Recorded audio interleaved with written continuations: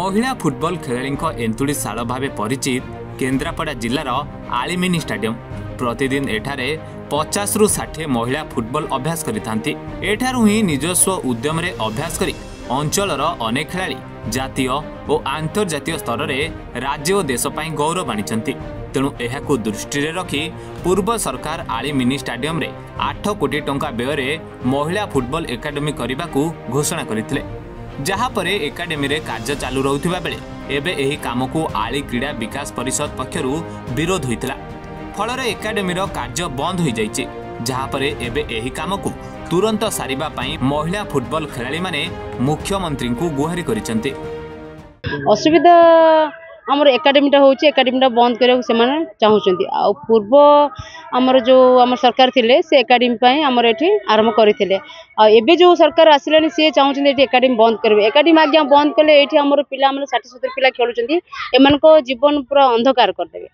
आज्ञा यही एकाडेमी रु पिला माने ओडिशा खेलिचंती इंडिया खेलिचंती आ एठु भी आमर 20-50 पिला पाखापाखि आम सब जॉब करचंती। CRPF RPF Odisha police excise सब एठी जॉब करचंती।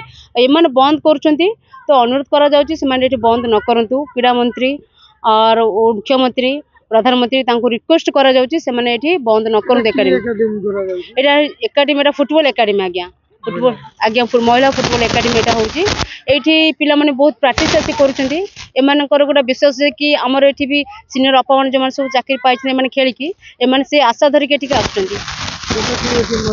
एठी महिला फुटबॉल 2000 मसल खेल स्टार्ट हेलान फुटबॉल और 2025-24 वर्ष प्लस हो गलानी एठी आज्ञा। फुटबॉल सहित अन्य खेल एठी हमर एथलेटिक भी होतला और क्रिकेट भी होतला। क्रिकेट प्रैक्टिस भी एठी हुए। एठी हम समस्त फुटबॉल क्रिकेट मिसिकी करथौ आज्ञा। एबे कोन फुटबॉल कथा देखंतु फुटबॉल ले हमर जेमती हमर इंटर डिस्ट्रिक्ट राज्य स्तर फुटबॉल माने जो इंडिया खेलुचंती पिला माने सब जाय कि क्रिकेट रे गोटे पिला डिस्ट्रिक्ट भी एपन खेली नाती। ग्रामांचल आसीबे एठी प्रैक्टिस करिवे गाँ गाँ भीतर जिन क्रिकेट खेलस माने खेलन गोटे पिला केबे खेली नाती। एठी डिस्ट्रिक्ट मैच भी खेली नाती। आम एटी तो सबुदिन 50-60 जन पिला खेलवा को आसुचु। आउ सरकार जदि एटी बंद करदेवे तो आम मैंने सब खेलू केमती। आउ जदि भी किसी विवाद पड़ू तो अलग स्टेडियम अच्छी सेठी बंद करा जाओ। आउ एटी एते पिला आसुचंती तांको भविष्य ऊपर प्रेशर पड़ुची तो आम खेलू केमती। आम सरकार को ये निवेदन करूँ कि आम एकाडेमीटा चालू रखु। आउ एकाडेमी बनी सारा पर आमर बहुत पिला आछंती खेलवा लगी खेलिकी आम भविष्य बने। अलग खेल जब विवाद हो तो अलग खेल को जाकि देखु। आमर एटी एकाडेमी बंद कले आम कौन करूँ कौन निवेदन करिए सरकार? आम ये निवेदन करूँ आम एकाडेमीटा कंटिन्यू करंतु। कंटिन्यू कले आम भविष्य ऊपर टिके।